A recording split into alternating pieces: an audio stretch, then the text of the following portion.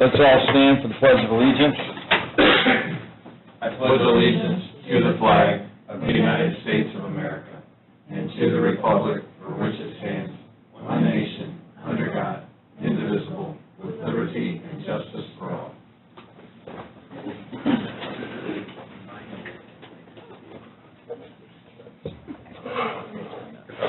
Hey, dude, right there. Underneath your stuff. Good morning, everyone. Thanks for, we're calling a special meeting of the Board of Commissioners. We had a few items that sort of got shuffled out of priority, and we didn't want to wait, so we decided to have a short meeting here this morning and move some of the county's business along here. First item on the agenda is the medical office space lease. Talking with Attorney McClure, this is a one-year lease for the health department space up in Portage at the Portage Hospital, Porter Hospital that's there now. This will be a one-year lease and hopefully get us to the point to where a year from now we'll have a better idea where we're going to be when we do the renovation on the North County Annex building, because the whole goal is to bring the health department back into that space there.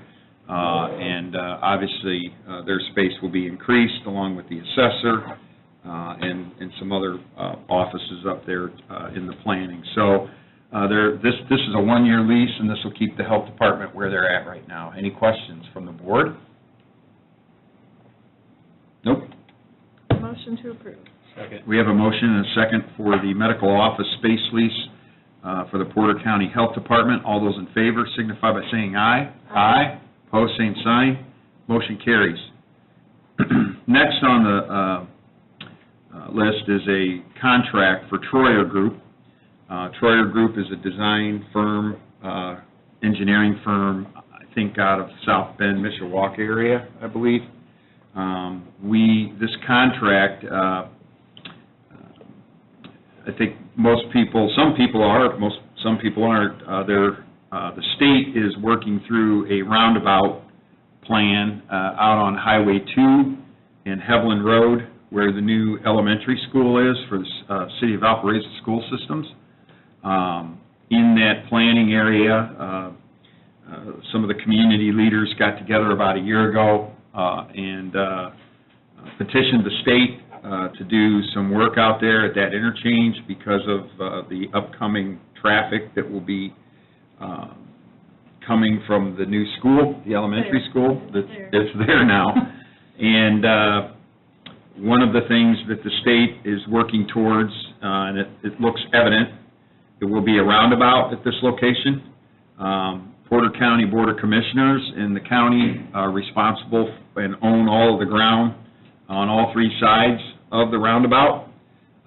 We've seen some planning schematics, and we've been involved in some preliminary plan in looking at what's going to be going on out there and how the road's going to shift and how much property they're going to need from the county. There's also a discussion of a pedestrian bridge over the roundabout, which is going to take some more ground than what we thought. And so with all of our residual ground that we have out there, and in dealing with Troyer Group and being able to be in a position to negotiate with the school corporation, we needed to have some schematic drawings and some other things as to what the possibilities would end up with out there with our property, with regards to accesses, limited accesses, how much net ground we'll have available, what type of accesses and other things do we need to try to maintain to keep the value of our property up. So there was a lot of planning going back and forth, and we decided, we're probably at some point going to need to. We've discussed about taking some of this residual ground, if not all of it, and putting it on the market and selling it. This property is all in the City of Valparaiso. It's really not in unincorporated Porter County. And so we're looking to study this, have the the drawings and the schematics, and as we're planning through this roundabout, it's sort of a perfect time for us to be planning the rest of our residual ground too. And since Troyer Group is already in the mix, we felt that we could save some time and effort by working with them on them and them representing us. So hopefully out of this will come a good plan. It'll be able to show accesses and other things that when we get ready to sell this property, it'll be of value, not just a blank piece of ground with no accesses or anything else. So this is more of the planning that we're trying to put through to make sure that the county ends up whole when we do the roundabout. So this contract will allow Troyer Group to work with us and deal with us and the needs that we need. So I know that was sort of long-winded, I apologize, but I think it was Scott and I that sat in on the meeting. Were you guys there? Yes. I can't remember, we've had so many meetings lately. Yeah, we were there. Yeah, so any questions from the board, or, and I know they're anxious to get moving on this, and we didn't get it on our last agenda, we sort of missed it, so we want to get this back up and get it going. So with that, I'll open the floor. Yeah, no, that was a great description of what's going on, and I move to approve. Second. We have a motion and a second to approve the Troyer Group contract for assisting the county in planning for the residual ground out on Highway 2 and Heveland Road. All those in favor signify by saying aye. Aye. Pose same sign. Motion carries. Next on the list is we're going to award the plaza bid. As you recall, or may not recall, at our last commissioners meeting, we opened the one bid that we did get. We were a little bit disappointed when we were working through I shouldn't say we're disappointed, but we were surprised, I guess, that during the bidding stages, we had a lot of interest from a lot of different folks. But then when the plans and bids came in, there was one that stood alone. We opened the bid. It's from a very reputable contractor here in Porter County, Garriott Construction. We actually used them last year upstairs when we remodeled our Plan Commission office there, and things went quite well on that. Could you hand me the contract, Rhonda, so I can read off the dollar amounts and the alternates. So the bid came in, the base bid was $793,500. And I think I have the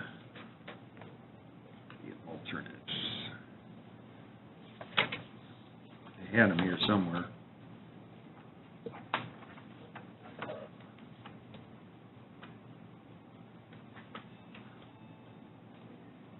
Oh, no, come on. I know it was in here.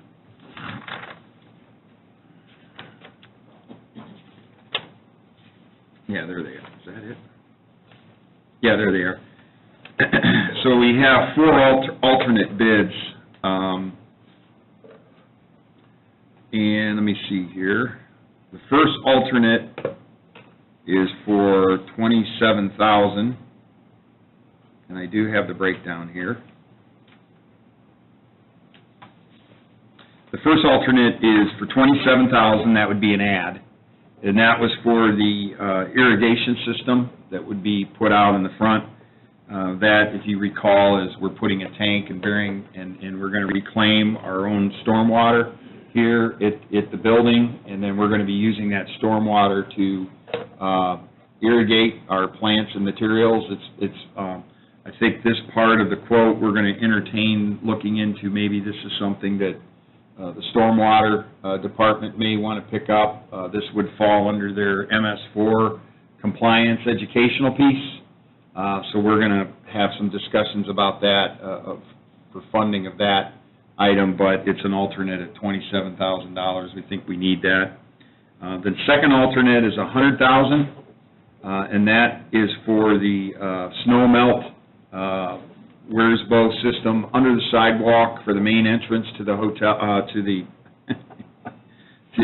county building. Geez. Take a breath. And if you recall in our meetings, the plan for the building is an angled walkway up to the building with no steps. It's a continuous ramp with a 112 slope with lit handrails.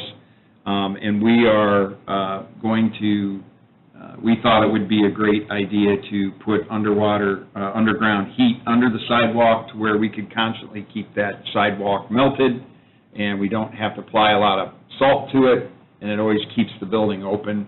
And that was $100,000, and then we had some educational signage, and for, I think, $3,000 or $4,000. And that was for the MS4 again. That was for the MS4 again, and then $7,000 for the special educational signage, and then the final bid is for $5,000, which is a series of high-end trash receptacles and other things that would be put in out here and would look at it too.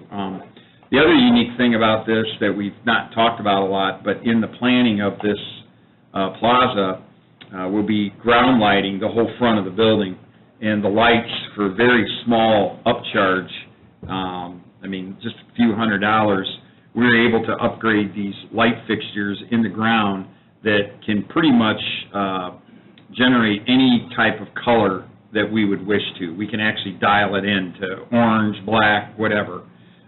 So that's going to be a neat thing because we're going to be able to light up the facade of our building with special events, 4th of July, red, white, and blue, autism, all those, pink, Cancer Awareness Week. So it gives us an opportunity to sort of have some fun with the building a little bit and sort of be part of the, be part of the things that are going on during that time of year when they happen. So, so with those four numbers, I think we're right around $932,500. Yep, $932,500. And if you also recall, when we guided on this, when we took it to the public, we thought it would be around $1 million. So it appears that we're coming in under what we thought it would guide on. But I think for the sake of getting moving and trying to beat the weather here and to get this started, I think it's the right time, and we need to move this. And this is also another reason for the special meeting, because we didn't want to wait another couple weeks to let this. So any other questions from the board, or I think we've all pretty much beat this one to death. So. Yeah. I think the most expensive alternate, the heating of the ramp, is probably the most important. I mean, we've all sat here and watched people struggle out there year after year, and it's especially bad when it's frozen. So I think this will be a definite plus. Yeah, and then also, too, the labor that it takes to go out and do this. This is one of the things now that with our own grounds crew that are out doing all the plowing and doing all the things that they're doing with all of our other facilities. This will allow the county building first thing in the morning to continually be open. And well, and just to walk out there, we can see from the salt, the concrete's just falling apart. Yep. So this is Well, it's a south-facing all the way around. direction as well. So during the winter, it's just constantly being bombarded with snow or ice. Yep. And you only get an east sun here, which is in the morning, and that's after 10 o'clock, 11 o'clock. We have a hotel in Portage that actually where the canopy is, it only gets east sun in the morning, and we have to deal with that property a lot with salting and other things, because after 1 o'clock in the afternoon, whatever melted freezes back up again, and that's sort of the same situation you have here. So we think because of like Jim said, the way it's laid out and the way the type of sun we get, I think this will keep that area safe all day, all night, and I think that's what we're looking for. So good point, Laura. So I'll make a motion to approve with including all the alternates. Second. $932,500. Yep. So we have a motion and a second to release the contract to Gary Up Construction for the final amount of $932,500. If you remember at our meeting with the council last week, they told us to get moving on this, so we're doing it. So, all in favor signify by saying aye. Aye. Pose same sign, motion carries. It's good. The next one is Bartronics. This is for the contract for the ambulance radios. We had been working with Porter EMS, and they have provided us a contract for the radios that they need for their ambulances, to get their ambulances up and running, because there is a separate fund between Porter and Porter County Commissioners. This fund does allow us to pull the radios for their mobile and their portable units for the ambulances. They've decided to go with E.F. Johnson, which is a radio that we feel is very formidable to the Motorola radios at a much less price, and they're also a local company that we're going to work with on this. I think the contract amount, was there two? Yes. Because there's one at $47,900, and then there was another one at $42,52.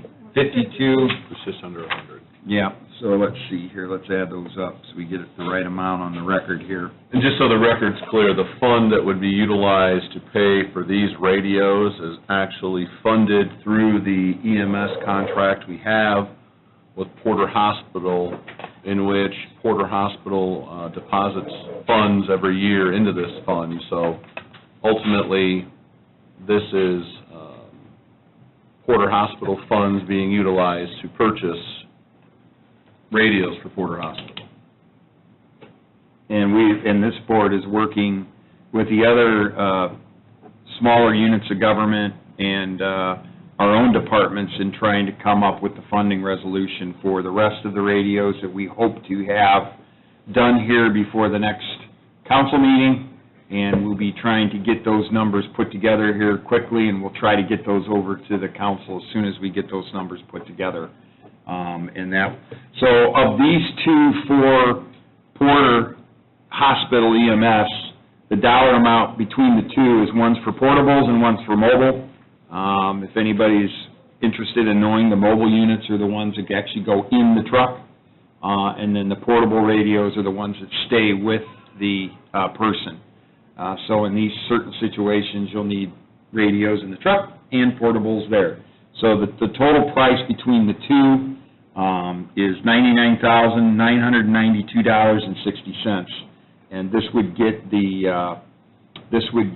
Porter Hospital, get them moving to get their ambulances outfitted, and I think it's appropriate that we move on this, the first one being our ambulances. So I would just ask that there's a motion to approve that be contingent upon the council approving the transfer of funds, which I believe will be submitted today to the council for their next agenda. So moved.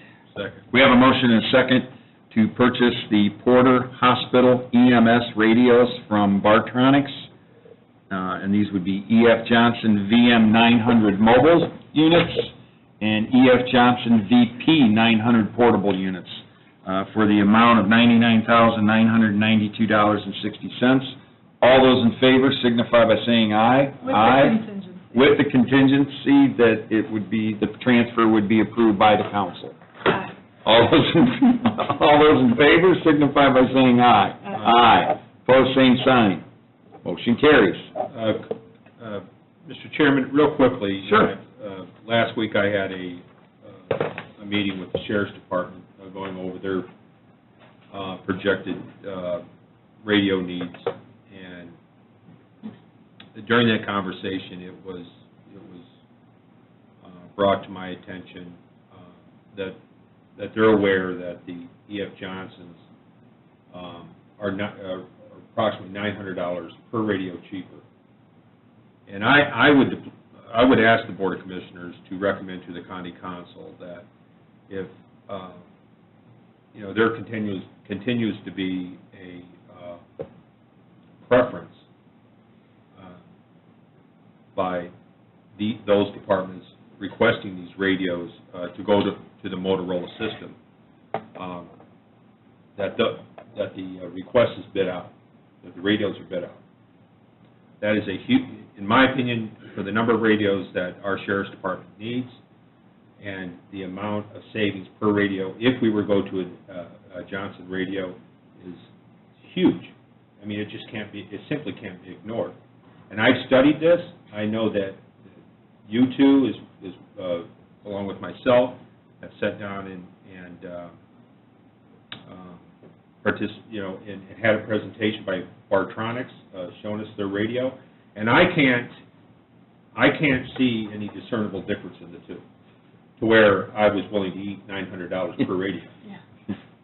And so I would ask those departments, whether it's the sheriff's department, the highway department, and those township fire departments that are looking for our assistance, to think long and hard about this, because if it is my recommendation that this is bid out.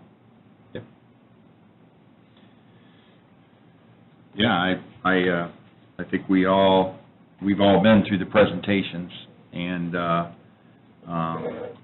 this is where necessary, and we're putting the list together right now. But where necessary, the county, at least the Board of Commissioners, and we'll be taking it to the council. But we feel that since the county was the one that made the decision to move towards the 800 meg system, that we need to be able, for a one-time thing, help some of these communities that need help. Fortunately for us, we had 4 counties in Laura's district down south that put in for a grant and got the grant, saved the county close to $700,000, $800,000. I know we're going to try to come up with their match portion.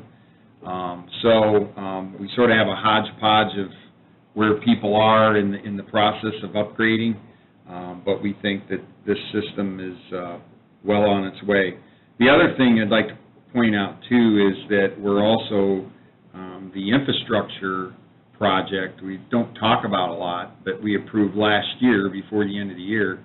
The infrastructure project is moving along. I know down in, I think, Hebron right now, they're building one of the bases for one of the towers. I don't know if you've ever seen that go on, but they're pretty massive bases. These are 200-foot high monopoles, and so they're moving towards being constructed now, so we're getting closer and closer to that 800 meg cutover. So this is good stuff. This is one step in the right direction. We have a lot more outfitting to do here, but I think we're going to come up with something that we feel is fair from a pricing standpoint, and then we'll shoot it over to the council, and we'll have a discussion with them on that when we get it all put together. So good news happening on the 800 meg front, and going from there. I'd also like to point out that Mike Rickner's was his last week was his first full week, and we're into 911 and we're into EMA, and we're pouring through all the things that have been going on out there, and trying to get an assessment of where we're at to keep moving forward. But Mike is on the job and working real hard and moving this in a different direction as well, too, so it's all good. Are there any other things that the board would like to bring up, or anybody in the audience that would like to step up and approach this board, or any comments from our group here? Now's your time. Before we leave, I would like to, I think there's a representative from Gary up here. We'd like to maybe just sit down real briefly and have a quick chat, and go from there. So with that, this board stands in recess.